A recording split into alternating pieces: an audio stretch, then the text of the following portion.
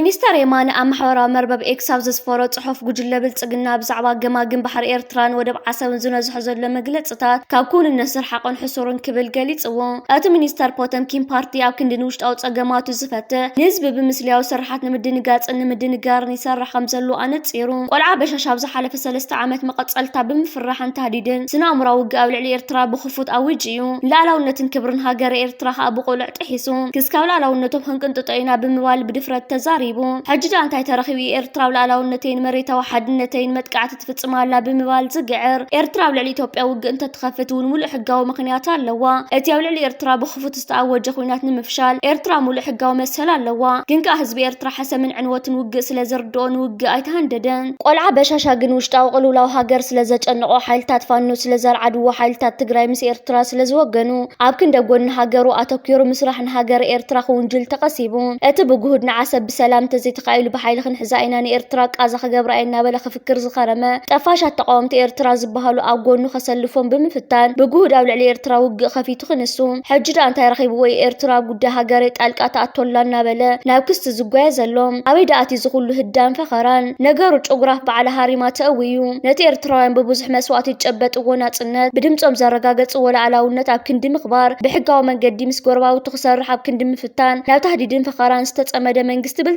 قلنا سنفنو انفرحاتون أبكن دم إيماني إيرترا علامة مقبار مغطسلتا مهدم وشت أو تصقم إيوم كجنرال صارقان غانو كجيتاچو ردا غانو ካሰፋ ብርሃ ጋር በስፍራው ያልነበሩ ሰዎች አንዳንዶች ፕሪቶሪያን የማያውቁ ሰዎች ደግሞ ፕሪቶሪያን እናስከብር ይላሉ እና የወለደችው እያለች የታቀፈችው እናት ልሆናለች የሚለው ነገር እሱ سرعت بلصقنا إيرتران حوحاتن كالوتا وشت مريت إثيوبيا زركو عطقات جلتات وحصرت معلتات كينات كخفتيهم كبل تمال خطرع تسميع يركبالهم مربب حبريت الجزيرة إن تصبصوا زرقح وزركب زلو ريدوان حسين نجيتاچو ردان بحبار بمخان مدبر تلفزيون الجزيرة بزهبو حبريتا صمدو توهل زغبر زل منقسقاس كونيل كان إثيوبيا نمعناون منغستنا تهاجرن مقمت الزغبر زل سرحيتات كم زخونه بمغلاص ازي بشعبيان بإيرتران زمرح زل خمس عينت منقسقاس نتما وشت مريت إثيوبيا زركو عطقات حالتاتن ጉጅለታትን بفلاي كان سب سلطان كلل تግራይ عبيت حاجزاتنا جبرو احاصير اوانات كينات كخفتو دلو ملك حيزوم አለው ኢሎም كطرعو تسميعهم يركبو ازي بسرعه بلصقنا قريو زركب زل خمس عينت اويات كاب زيرو استبገሰ ይኮነን ኣብዚ ሒዝና ينركب ዘለና ቅንያት بتدጋጋም መደበራ ቴሌቪዥን ናይ ተሃገር سب سلطان ናይ ተሃገር እዚ ጽምዶ ዝግበር ዘሎ ምንቅስቃስ ኮኔል ካን ኢትዮጵያን ምፍራስ ተባሂሉ ይናበሉ ከውዩ ጸኒሖም እዮም እቲ ኣዚዝ ገርም ጉዳይ በወገን ኤርትራን ክልል ትግራይ ንኹናት ዝዕድም ዝኾነ ይኹን ወታደራዊ ምንቅስቃሳት የለን ስርዓት ብልጽግና ዝሓለፈ መዓልታት ውሽጥ መሬት ክልል ትግራይ ናይ ድሮን መጥቃዕታት አካይዱ መንባሩ ዝከር ኮይኑ እዝት መንግስትን እቲ ምክልኻልን በዓሉ ተኣሚኑሉ ነይሩ ብልጽግና ንኹናት በከምዚ ዓይነት መንገዲ ንዓደመ ሕጂኻ ብግምጣሉ ኤርትራን ሕወሓትን ፋኖን ተሓባቢሮም ክወሩን ይንቀሳቀሰሉ ዝብል ከምዚ ዓይነት ኣውያት ምፍናው ቀፂልዎ ይርከብ ኢትዮጵያ ኣትያቶ ትርከብ ዘላ ማሕበረ ቁጠባውን ፖለቲካውን ኩነታት ነቲ ስርዓት ካብ ቁፅፅር ወፃእ ኮይኑዎ ይርከብ ትማል ናብ ከተማ መቐለ ሰደዶም ኣካላት ስምምዕ ፕሪቶሪያ እውን ሓደ ካብቲ ስርዓት ብልጽግና ዓቕሉ ከም ዘጽበበ ዓበይቲ ምልክታት ኮይኑ ይዝርከብ ዘሎ ጌታቸው ረዳ ከምኡውን ሬድዋን ሁሴን እዝን አልጀዚራ ሂወሞ ዝርከቡ ዘለው ከምዚ ዓይነት ሓበሬታ ምድንጋር ጥራሕ ይዝብሃል ምክንያቱ እዚ ጉዳይ እቲ ዘገርም ነገር ስምምዕ ፕሪቶሪያ ዝኸተሙ ሬድዋን ሁሴን ጌታቸው ረዳ ከምኡውን ጻድቃን ገብረትንሳኤዮም እዞም ሰለስተ ኣካላት ምስ ስርዓት ብልጽግና ተኸቲቦም እናተንቀሳቐሱ ይርከቡ ስምምዕ ፕሪቶሪያ ብወገን ክልል ትግራይ ጻድቃንን ጌታቸውን ከቲሞም እናሃለው ሕጂ ግን ሰሊሞምን ከዲዖምን ምስ ስርዓት ብልጽግና እዮም ዝንቀሳቐሱ እዞም ሰለስተ ኣካላት ስምምዕ ፕሪቶሪያ ባይታ ከተግብሩ ዝነበሮም ሓላፍነት ረሲዖም ሕጂና ምእዋይ ናብ ክስታትን ኣትዮም ይርከቡ እዚ ተኣዚ ዘገርም ጉዳይ ናይ ስርዓት ብልጽግና ኮይኑ ይዝርከብ ዘሎ በተወሰኸውን ስርዓት ብልጽግና ብኤርትራ ዝሕገዝ ሕወሓት ኣብ ቀረባ መዓልታት ኩናት ክኸፍቱልና ይዳለወሉ ዓለም ስቀይቲ በሊ ጸቕጥታት ግበረልና ክብሉ ይስምዑ ኣለው ፈርሕ 10 በትሩ ተባሂሉ ከም ዝተመሰለ ብፍርሕን ረዓድን ተሸቃሪሩ ኣብ ህንጻታት 4 ኪሎ ከም እሱር ዝነብር ዘሎ መራሒ ሰልፊ ብልጽግና ድማ ስም ኤርትራ ምጽዋዕ እስካዕ ክንደይ ዋጋ ከም ዝኽፍሎ ስለዝፈልጥ ከምሉቕ ሓሊቦ ጸድፊ እንዳኸድካ ምዝራብዩ ከም ስልቲ ተታሒዝዎ ዘሎ ሓደ ካብ ላዕሎት ወታደራውያን ኣዘዝቲ ናይ ኢትዮጵያ ንተሃገር ራሕሪሕ ክወፅእ ኣብ ዝፈተነሉ እዋን ብኣካላት ጸጥታ ናይ ተሃገር ኣብ ትሕቲ ቁፅጥር ከም ዝኣተወ መራኸብታት ናይ ኢትዮጵያ ሎም ንጉሆ ጸብጻባት ሒዘን ይወፃ ኣለዋ ብመሰረት እዚ ዝወፅእ ዘሎ ጸብጻባት ሓደ ካብ ላዕሎት ወታደራውያን ኣዘዝቲ ናይ ተሃገር ብምስጥር ካብ ተሃገር ክወፅእ ኣብ ትሕቲ ቁፅጥር ከም ዝኣተወ ክስካብ ሕጂ ግን ስሙን መንነቱን ከም ዘይተፈለጠ ብዝሓበሬታን ጸብጻባትን ዘርጊሐን ይርከባ ኣለዋ ኣብ ዝሓለፈ እዋናት ብርሃን ጁላ ምክልኻል ናይ ተሃገር ኣፍሪስካ ንኢትዮጵያ ዓበይቲ ሓደጋታት ንምእታው ዝተገበረ ፈተነታት ከም ከምዝረኸንን ከምዝፈሸለን ኣብ ልዕሊ ላዕለዎት ወታደራውያን ኣዘዝቲ ናይቲ ሃገር ኣድላይ ዝበሃል ስጉምትታት ተወሲዱ ኢትዮጵያ ድሒና ክብል ክናዘዝ ተሰሚዑ ከም ዝነበረ ዝዝከር እዩ። እዚ ከምዚሉን ከሎ ሓይሊ ኣየር ኢትዮጵያ ኣብ ትግራይ ኦፕሬሽን ምክያድ ዝተዓለሙ ዕላማታት ንምውቃዕ ምድላዋት ወዲኡ ምህላው ዝወፁ ዘሎ ሓበሬታታት የመልክቱ ኣለዉ። እስካዕ ሰነ 15 ኩሉ ነገር ክጠናቀቅ ኣለዎ። ቴክኒሻናትን ኣብረርትን እውን ኣብ ቦታኦም ክርከበልዎም ዝብል ትእዛዝ ከም ዝወረደ ይግለጽ ኣሎ። በኣንጻሩ ግንባራት ሰራዊት ትግራይ ናብ ናይ መወዳእታ ዕርዲ ተጸጊዐን 47 ናብ ጽኑዕ ድልውነት ከኣትዋ ተኣዚዘን ኣለዋ። ከበድቲ ታንክታት ሰራዊት ትግራይ ተንቀሳቂሶም ኣለዉ። እዚ ምንቅስቃስ ድማ ዝኾነ መጥቃዕትን ንምኽታል ዝተኣዘዘ ሓድሽ ስጉምቲ ምዃኑ ይግለጽ ኣሎ። ፕሬዝደንት ኣሜሪካ ዶናልድ ትራምፕ ኣብ ልዕሊ ኢራን ክካየድ ዝነበረ መጥቃዕቲ ከም ዝተገተ ኣፍሊጡ ምስ ኢራን ዝካየድ ዘሎ ዘተ ምምሕያሽ ከም ዘርኣየ ናብ ስምምዕ ክበጽሑ ከም ዝኽእል እውን ገሊጹ። ትራምፕ ትማል ሐሙስ ንኢራን ጽኑዕ መጥቃዕቲ ክንፍጽመላ ኢና ኢሉ እኳ እንተፈከረ ነቲ ከካይዶ ዝነበረ መጥቃዕቲ ግን ንምስራዝ ከም ዝወሰነ ተዛሪቡ። እቲ ፕሬዝደንት ኣብ ደሴት ካርግ መጥቃዕቲ ከም ዝፍጸም ኣቐዲሙ ኣጠንቂቑ ነይሩ። ምስ ኢራን ዝፍረም ናይ ምርድዳእ ሰነድ ኣብ ናይ መወዳእታ ደረጃ ከም ዝበጽሐ ብምጥቃስ እቲ ስምምዕ ኣብዛ ሰሙን እዚኣ ክዛዘም ከም ዝኽእል ኣረዲኡ ኣሎ። እቲ ስምምዕ ሓፂር እዋናት ኣብ መሬት ሃገራት ኤውሮፓ ክኽተም ምዃኑ እውን ሓቢሩ። እቲ ስምምዕ ኢራን ናይ ኒኩለር ኣጽዋር ከይህልዋ ዝዓግድ ከምኡ እውን መጻዊ ሆርሙዝ ብህጹጽ ክኽፈት ዘግድድ ከም ዝኾነን ትራምፕ ኣስሚሩሉ። ዶናልድ ትራምፕ ከም ዝበሎ ሰበስልጣን መንግስቲ ኢራን ቅድሚት መጥቃዕትታት ምክያዱ ምስ መንግስቲ ኣሜሪካን ሰበስልጣን ናይቲ ሃገርን ቀጥታዊ ርክባት ብምክያድ ምስ ኣሜሪካ ሓደ ስምምዕ ክበጽሑ ከም ዝደለዩን ክፈራረሙ ከም ዝደለዩን ንኣሜሪካ ከም ዝሓበርዋ ኢራን ምስ ኣሜሪካን እስራኤልን ጥራሕ ዘይኮነትስ ምስ ኣብ ማእኸላይ ምብራቕ ዘርከባ ዘለዋ ሃገራት እውን ብተመሳሳሊ ስምምዕ ክትክትም ምዃና ገሊጹን ጠቂሱን ይርከብ ኣሎ። ዶናልድ ትራምፕ ኣብ መወዳእታ ክስካብቲ ስምምዕ ዝኽተመ መጻዊ ሆርሙዝ ኣሜሪካ ተካይዶ ዘላ ወታደራዊ ስርሒታትን ምንቅስቓሳትን ከም ዘለዎ ክቕጽል እዩ። መንግስቲ ኢራን ብወገኑ ሎም ንጉሆ ኣብ ዘርግሖ ወግዓዊ ሓበሬታ ምስ መንግስቲ ኣሜሪካ ሓደ ስምምዕ ክበጽሑ ኣብ ናይ መወዳእታ ደረጃ ከም ዝበጽሑ መግለጽታት ኣውፅኡ ይርከብ ኣሎ። ብመሰረት ምስ ክልቲኦም ቅርበት ዘለዎም ወገናት ዘውፅዎ ዘለዉ ዜናታትን ትንታነታትን ኢራን ኣብ ውሽጢ 60 መዓልታት ምምዕባል ኒኩለር ኢራን ናብ 0 ደረጃ እንተውሪዳ ኣሜሪካ ከነቲ ናይ ኢራን ሒዛቶ ትርከብ ዘላ ቢልዮናት ዶላራት ክትለቅቕ ሓደ ካብቲ ዓበይቲ ነጥብታት ከም ዝኾነ እናተጠቐሰና ተገለጸን ዘርከብ ዘሎ ቀጠር ነዘን ክልተ ሃገራት ንምትዕራቕ ጻዕሪ ትገብር ከም ዘላ እውን ተሓቢሩ። ትራምፕ ኣብ ልዕሊ ኢራን መጥቃዕቲ ከም ዘይፍጸም ምግላጹ ስዒቡ ዋጋ ድፍድፍ ነዳዲ ይጎዲሉሎ። እዚ ከምዚ ኢሉ እንከሎ ፕሬዝደንት ኣሜሪካ ዶናልድ ትራምፕ ሃንደበት ሎም ለይቲ ዝሃብዎን ምስ ኢራን በፂሐ ዝበልዎን ስምምዕ ናይ እስራኤል ላዕለዎት ናይ ፖለቲካን ወታደራውያን ሓለፍትን እስራኤል ኣሜሪካ ምስ ኢራን ንተካይዶ ሚስጥራዊ ስምምዕ ብዝምልከት ቅድም ክብል ዝተወሃበ ሓበሬታ ከምዘየለን ናይ ትራምፕ መግለጽ ሃንደበት ኣብ ዝሓለፈሉ እዋን ነተንያሁ ኮነ ካቢነኦም ብስምባደ ከም ዝተዓዘብዎ እዩ ተገሊጹ ዘሎ። ነሲዒዋ መንጎ ፕሬዝደንት ትራምፕን ቀዳማይ ሚኒስትር ነተንያሁ ንህጹጽ ናይ ቴሌፎን ጻውዒት ከም ዝተካየደ እውን ተሓቢሩሎ። ቤት ጽሕፈት ቀዳማይ ሚኒስትር እስራኤል ሎም ለይቲ ኣብ ዘውፅኦ መግለጺ ከም ዝበሎ እንተደኣ ኮይኑ እቲ ዘተ ብዝምልከት ኣብ መንጎ ክልቲኦም መራሕቲ ማለት እውን ኣብ መንጎ ናይ ኣሜሪካን እስራኤልን መራሕቲ ዝተካየደ ናይ ቴሌፎን ዝርርብ ትራምፕ ምስ ኢራን ናብ ዕላዊ ድርድር ንምእታው ዘካየደ ስምምዕ ምዃኑ ብምግላጽ ናይቲ ጉዳይ ሓደጋ ንምህዳእ ጻዕርታት ኣካይዶም ተባሂሉሎ። ቤት ጽሕፈት ቀዳማይ ሚኒስትር ቤንያሚን ኔታንያሁ ዘውፅኦ መግለጽ እንተብርህ ዋላ እኳ እስራኤል ኣሜሪካ ምስ ኢራን ኣብ ትስማዕምዕሉ ሰነድ እንተዘይሃለወት ዝርዝር ሓበሬታ ዋላ እኳ እንተዘይተውሃበ ቀዳማይ ሚኒስትር ኔታንያሁ ግን ንፕሬዝደንት ዶናልድ ትራምፕ እቲ ድርድር ንኽውዳእ ዘቐመጥዎም ቅዋም ክንዕዘቦም ኢና ክብሉ ገሊጾም ኣለዉ። እዚ ኣብ ናይ መወዳእታ ስምምዕ ናይ ኢራን ዝሃብተመ ዩራኒየም ሙሉእ ብሙሉእ ካብቲ ሃገር ንኽወፅእ ናይ ዩራኒየም ምህብታም ትካላት ትሕቲ ቅርጽታት ንኽዓኑን ኣብ ልዕሊ ፍርያት ባለስቲክ ሚሳኤላት ኣዕቱብ ገደብ ንኽግበርን ኢራን ኣብቲ ዞባ ንተንቀሳቐሶም ሓይልታት ትህቦም ሓገዝ ንኽተቋርፅን ትራምፕ ዝኣተወ ቃል ዝሓወሰን ዝሓቆፈን ክኸውን ኣለዎ ክትብል እስራኤል ኣፍሊጣያ። ኮይኑ ግን ተንተንቲ ፖለቲካ ከም ዘመልክትዎ ፕሬዝደንት ትራምፕ ኣብ ዝሓለፈ ሰሙናት ኣብ መደራደሪ ነጥብታቶም ዘልዕልዎም ጉዳያት ኣብ ናይ ኢራን ኒኩለራዊ ስራሕትን ምኽፋት መጻዊ ሆርሙዝን ጥራሕ ዘተሓባበሉ ብምዃኖም እስራኤል እትደልዮ ናይ ኢራን ሚሳኤላት ምጥፋእን ወከልቲ ሓይልታት ደው ናይ ምባል ሕቶ ንጎኒ ዝተገደፈ ጉዳይ ኮይነሎ ክብሉ ይገልጹ። እቲ ምኽንያት ድማ ኢራን ዘለዋ ብሄራዊ ጉዳይ ኣብ ድርድር ከም ዘይተእትዎ ብዕቱብ ገሊጻ ክብሉ እውን እቶም ተንተንቲ ሓቢሮም ይርከቡ ኣለዉ።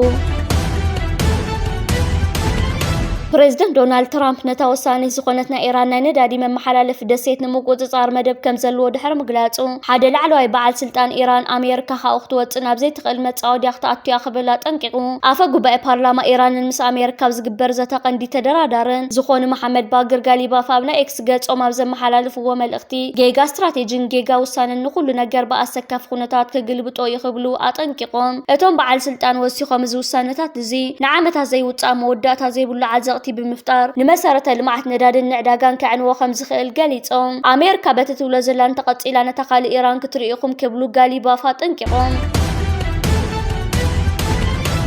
እዚ ከምዚሉን ከሎ ኣብ ገማግን ባሕር ዖማን ብዝተፈጸመ መጥቃዕቲ 3 ህንዳውያን ባሕረኛታት ሞይቶም ኢራን ወቂሳ። ኣብ ገማግን ባሕር ዖማን ሓንቲ ታንከር ብሓይልታት ኣሜሪካ መጥቃዕቲ ድሕሪ ምውቃዓ 3 ህንዳውያን ባሕረኛታት ከም ዝተቐተሉ ሚኒስተር መራኸቢ ህንዲ ሳርባን ዳሶነዋል ገሊጹ። እታ መርከብ ነቲ ኣብ ወሽመጥ ዖማን ዝተገበረ እገዳ ብምጥሓሳ ከም ዝተሃረመት ይግለጽ። እታ መርከብ 24 ህንዳውያን ባሕረኛታት ሒዛ ከም ዝነበረትን ካብዚኦም ቶም 21 ካብቲ ደብዳብ ክድሕኑን ከለዉ ካልኦት 3 ከዓ ፈለማ ከም ዝጠፍኡ ድሒሮም ግና ሞይቶም ከም ዝተረጋገጸ ተገሊጹ። እቲ ፍጻመ ምስቲ መጥቃዕቲ ሚሳኤል ኢራን ዝተኣሳሰረ እኳ እንተነበረ እዚ ግን እስካብ ሕጂ ኣይተረጋገጸን።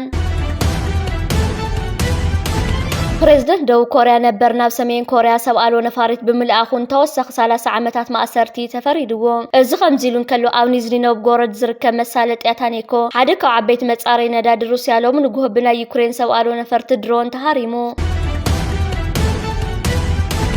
እዚ ከምዚሉን ከሎ ሚኒስትር ውሽጣዊ ጉዳያት ባሕሬን ኣብ ከተማ ሓማድን ማናማን ሰብ ኣልቦ ነፈርቲ ኢራን ብምዕላው ህጻናት ቆሲሎም መካይን ተቃጺሎም ኣባይቲ ድማ ዓንዮም። እዚ ከምዚሉን ከሎ መበል 114 ዓመታዊ ጉባኤ ኣህጉራዊ ውድብ ዕዮ ካብ 1 እስካብ 12 ሰነ ኣብ ጀነቫ ይካየድ ኣሎ። ናይ ኤርትራ 3 ኣካላዊ ልኡኽ ኣብዚ መበል 114 ጉባኤ ብርሑቕ ካብ ኣስመራን ብኣካል ድማ ካብ ጀኔቫን ተሳቲፉ። እቲ ልኡኽ ትማሊ እቲ ኮሚቴ ትግባረ መለክዕታት ዘቕረቦ መደምደምታታት ኣብ ዝጸደቐሉ እዋን ናይ መዛዘሚ ርእይቱ ኣቕሪቡ። ኤርትራዊ ተማራማር ኑሩ ዓብዱ ናይ ብሉጽ መንእሰይ ተማራማርን ብሉጽ መድረኽ ኣቕራብን ሽልማት ተዓዊቱ። ኑሩ ዓብዱ ናይ መጀመርታ ደረጃ ሳይንቲስትነት ዕድሚኦም 30 ዓመትን ካብኡን ታሕቲ ንዝኾኑ ዝውሃብ ሽልማት ብሉጽ መንእሰይ ተማራማር ተባሂሉ ተሸሊሙ። እዚ ሽልማት እዚ ንላዕለዋይ ናይ ምርምር ፍርያነቱን ንዘለወሉ ዝለዓለ ሳይንሳዊ ተኽእሎን ብምልላይ ዝተዋሃቦ እዩ። እዚ ክብ ዝበለ ሽልማት ኑሩ ኣብ ዓውዲ ምርምር መድሓኒት ዘለዎ ጽኑዕ ተወፋይነት ዘርኢ ኮይኑ ንመንእሰያት ሳይንቲስት ዓውዲ ድማ ዓብዪ መተባብዒ ይኸውን። ብተወሳኺ ኑሩ ድሕንነት ኣገባብን ወሰን ተረቋሒታትን ኣብ ኤርትራ ብዘርከባ ትካላት ጥዕና ነብሰ ጡራት ዝእዘዙ መድሓኒታት ብዝብል ርእስቲ ንዘቕረቦ ማራኺ ናይ ቃል መግለጺ ሽልማት ብሉጽ መድረኽ ኣቕራቢ ረኺቡ። እዚ ድርባ ፍልጦ እዚ ኑሩ ዓብዱ ኣብ ኤርትራ ብዝካየድ ህዝባዊ ጥዕናን ፋርማሲውቲካል ምርምርን ዘለዎ ንዓበየ ዝኸይድ ዘሎ ኣበርክቶ ዘጉልሕ እዩ። ኤርትራ ምስ ስዑድ ዓረብ ኣሜሪካን ግብፅን ብምዃን ሃብቲ ነዳድን ጋዝን ንምውፃእ ተሰማሚዓ። መንግስቲ ኤርትራ ድሕሪ ነዊሕ ዓመታት ዝተኻየደ ዲፕሎማስያውን ቴክኒካውን ዝርርባት ኣብ ቂሕ ባሕር ዝርከብ ናይ ነዳድን ተፈጥሯዊ ጋዝን ሃብቲ ብወግዕ ንምውፃእ ምስ ዓበይቲ ሃገራት ዝኾና ስዑድ ዓረብ ኣሜሪካን ግብፅን ናይ መወዳእታ ስምምዕ ከም ዝበፅሐ ኣፍሊጡ። እዚ ንሃገራዊ ቁጠባ ኤርትራ ክቕየር ይኽእል እዩ ተባሂሉ ዝተነበየሉ ዓብዪ ስራሕ ብዋና ዳይሬክተር ዕደናን ነዳድን ኣብ ሚኒስትር ፀዓትን ዕደናን ኢንጂነር ኣፈወርቂ ተስፋይ ዝተመርሐ እዩ። ኢንጂነር ኣፈወርቂ ኣብቲ ስነ ስርዓት ክታም ከም ዝገለጸ እቲ ምስ ኣሜሪካን ስዑድን ዝተገበረ ስምምዕ ኤርትራ ዘመናዊ ቴክኖሎጂን ዓብዪ ናይ ወፃኢ ወፍርን ክትረክብ ዘኽእላ ዓብዪ ዓወት ኢሉ ዝርዝር ናይቲ ምስ ሃገራት ዝተገበረ ስምምዕ ኣሜሪካ ኣብዚ ፕሮጀክት እዚ በቐንዳዊ ቴክኖሎጂያዊ መዳይን ዓሚቕ ናይ ባሕሪ ምኹዓትን ክትሳተፍ እያ። ዓበይቲ ናይ ኣሜሪካ ኩባንያታት ነዳዲ ዘመናዊ ማሽነርታትን ናይ ሳተላይት ዳህሳስን ብምጥቃም ነቲ ኣብ ቂሕ ባሕር ተዓቂቡ ዘሎ ሃብቲ ንምውፃእ ተሰማሚዐን ኣለዋ። ብተወሳኺ ኣሜሪካ ነቲ ኣብቲ ዞባ ዝካየድ ናይ ነዳዲ ስራሕቲ ካብ ዝኾነ ናይ ፀጥታ ስጋኣት ናፃ ንምግባርን ንሰላም ቂሕ ባሕር ንምሕላውን ሓላፍነት ወሲዳ ኣላ። ስዑድ ዓረብ ድማ ነቲ ፕሮጀክት ዘድሊ ዝበዝሐ ፋይናንሳዊ ርእሰ ማል ክተውፅያ ምስ ኣሜሪካ ብምትሕብባር ድማ ኣብ ገማግም ባሕሪ ኤርትራ ዓበይቲ ናይ ነዳዲ መጻረዪ ትካላትን ናይ ፀዓት መመንጨውታትን ንምህናፅ ተሰማሚዓ ኣላ። እዚ ድማ ነቲ ዝወፅእ ነዳዲ ኣብ ውሽጢ ኤርትራ ተጻርዩ ናብ ዓለም ለኸ ዕዳጋ ንምቕራብ ክሕግዝ እዩ። ግብፂ ዓውዲ ነዳድን ጋዝን ዘለዋ ሰፊሕ ናይ ሰብ ሞያ ዓቕሚ ብምጥቃም ቴክኒካዊ ሓገዝን ስልጠናን ንኤርትራውያን መሃንዲሳትን ሰራሕተኛታትን ክትህብ እያ። ብተወሳኺ ግብፂ ነቲ ዝፈርድ ጋዝ ብመውፅኢ ሻምቦቆ ኣቢሉ ናብ ሰሜን ኣፍሪቃን ኤሮፓን ንምልኣኽ ዘኽእል ናይ ሎጂስቲክ ስምምዕ ተፈራሪማ ኣላ። ነቲ ናይ ስራሕ መደብን ትፅቢታትን ዝምልከት ኢንጂነር ኣፈወርቂ ተስፋይ ከም ዝሓበሮ እቲ ናይ ምውፃእ ስራሕ ብ3 መድረኻት ክካየድ እዩ። መድረኽ ዳህሳስ ብቴክኖሎጂ ኣሜሪካ ተደጊፉ ናብ መወዳእታ ካርታ ምድላው፣ መድረኽ ምኹዓት ኣብ ባሕርን መሬትን ዘለው ናይ ዒላታት ነዳዲ ስራሕ ምጅማር፣ መድረኽ ምዝርጋሕ ነቲ ዝወፅእ ፀዓት ንኤሌክትሪክ ኤርትራ ንኤክስፖርትን ምድላውን ትኾን። እዚ ብኣሜሪካ ስዑድን ግብፅን ዝድገፍ ዘሎ ፕሮጀክት የኤርትራ ዘንስዕባ ረብሓታት ከም ዝህባ ተገሊጹ። ኤርትራ ኣብ ዞባ ቀርኒ ኣፍሪካ ሓንቲ ካብተን ቀንዲ ዓደልቲ ፀዓት ክትከውን ንኣሽሓት ኤርትራውያን ናይ ስራሕ ዕድል ክፈጥር ውሕስነት ፀዓትን ሕሱር ዋጋ ኤሌክትሪክን ኣብ መላእ ሃገር ከረጋግፅ እዩ። እዚ ስምምዕ እዚ ብወግዕ ክታም ዝተነበረሉ ኮይኑ ኣብ ዝቕፅሎ ዋርሕተን ናይ ኣሜሪካን ስዑድን ኩባንያታት ስራሕ ከጅምራ ትፅቢት ይግበር። ሓደ ካብቶም ዕድመ ንእስነቶም ክእለቶምን ፍልጠቶምን ብዘይጎደሎን ሃገር ዝወፈየ ኣቦና እስጢፋኖስ ማህደረ ብዝሓደሮ ሕማም ዓሪፉ። እስጢፋኖስ ሰናይ ገድሊ ተጋዲሉ ነቲ ጉያ ብዓወት ወዲእዎ። ነቲ እምነት ሃገር ዝሓለወ ጅግና ነይሩ። ሓደ ላዕለዋይ መራሒ ሰራዊት ትግራይ TDF ተሰዊኡ ላዕለዋይ ኣመራርሓ ኮር 231 ዝነበረ ተጋዳላይ ኪዳነ ገብረመድህን ወዲ ድጉም ከም ዝተሰወ ኣባላት ኣመራርሓ ሰራዊት ትግራይ ኣርሚ 26 ብወግዒ ገሊጾም ተጋዳላይ ኪዳነ ገብረመድህን ባህንደበታዊ ሕማም ከም ዝዓረፈ ዝተገለጸ ስነ ስርዓት ቀብሩ ድማ ዓድዋ እንዳ ሚካኤል ተፈጺሙሎ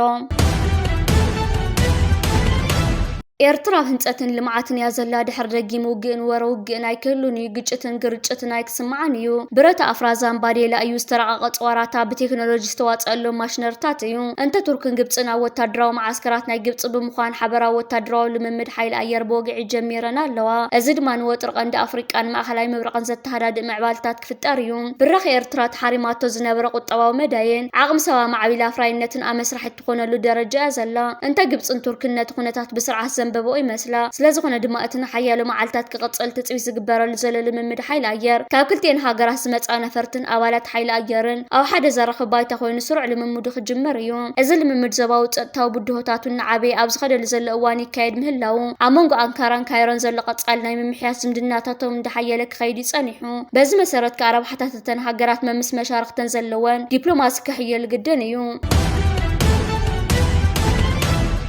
ኣጽዋራት ናይ ስርዓት ብልጽግና ተሸይጡ ኤርትራ ይርከብ ከም ዘሎ ቀንዲ ተዓተቲ ናይዚ ጉዳይ ጌታቸው ረዳ ጻድቃን ገብረትንሳኤ ጀነራል ወዳንጠሮ ከምኡውን ዘውዱ ኪሮስ ዝተባሃለት ትግራዊቲ ወታደራዊት ኣዛዚት ከም ዝኾነ ኣብ ሃዋሳ ብነድረክ ክዛረብ ተሰሚዑ ይርከብ ኣሎ ኣብዚ ዝሓለፈ መዓልታት ሓራ መሬት ምባል ኣብ ክልል ዓፋር ጫል ሰራዊት ናይ ትግራይ ንዑ ዘካይዱን ዝወዝዙን ወታደራውያን ኣዘዝቲ ኣብ ሃዋሳ ምስ ብርሃኑ ጁላን ካልኦት ሰበስልጣን ናይ ስርዓት ብልጽግና ገምጋምን ርክባትን ኣካይዶም ነይሮም ኣብዚ ዝተኻየደ ከምዚ ዓይነት ርክባት ይምባር ብርሃኑ ጁላ ስርዓት ብልጽግና ዝሃቦም ምዕቡላት ወራት ተሸይጡ ኤርትራ ኣትዩ ይርከብ ከም ዘሎን ፍንጫል ሰራዊት ትግራይ ኢሎም ኣብ ክልል ዓፋር መስሪቶሞ ዝርከብ ዘሎ ሰራዊትካ እቲ ዝተዋሃቦ ወራት ኣብ ክንዲ ኣብ ጥቕሚ ዘውዕሎ ሸይጡ